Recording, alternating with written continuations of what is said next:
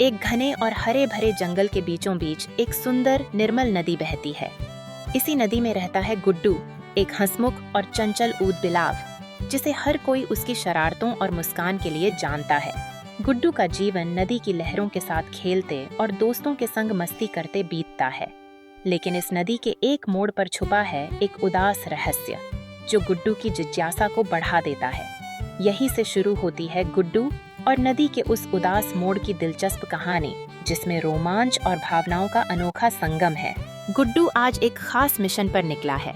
उसने देखा कि नदी का एक हिस्सा बहुत उदास है, तो वह उसकी मदद करने का फैसला करता है। गुड्डू नदी के पास जाता है और उससे बात करने लगता है। उसकी उदासी का कारण जानने की कोशिश करता है। फिर वह नदी को हंसाने के लिए तरह तरह के मजेदार कारनामे करता है। कभी वह अजीब अजीब चेहरे बनाता है, तो कभी पानी में उछल कूद करता है। उसकी कोशिशों से नदी के चेहरे पर मुस्कान आ जाती है और माहौल में खुशी फैल जाती है।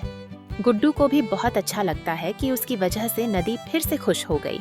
नदी में खुशहाली लौटने के बाद सभी जीव फिर से आनंद पूर्वक खेलने लगते हैं। वातावरण में उत्साह और प्रसन्नता फैल जाती है। गुड्डू अपने अनुभव से यह समझाता है कि जब हम दूसरों को खुश करते हैं, तो हमारे भीतर भी सच्ची खुशी का एहसास होता है। यह सीख सभी के लिए महत्वपूर्ण है कि दूसरों की भलाई में ही हमारी भी भलाई छुपी होती है। इस तरह मिलजुल कर रहने और मदद करने से जीवन में सुख और संतोष बना रहता है।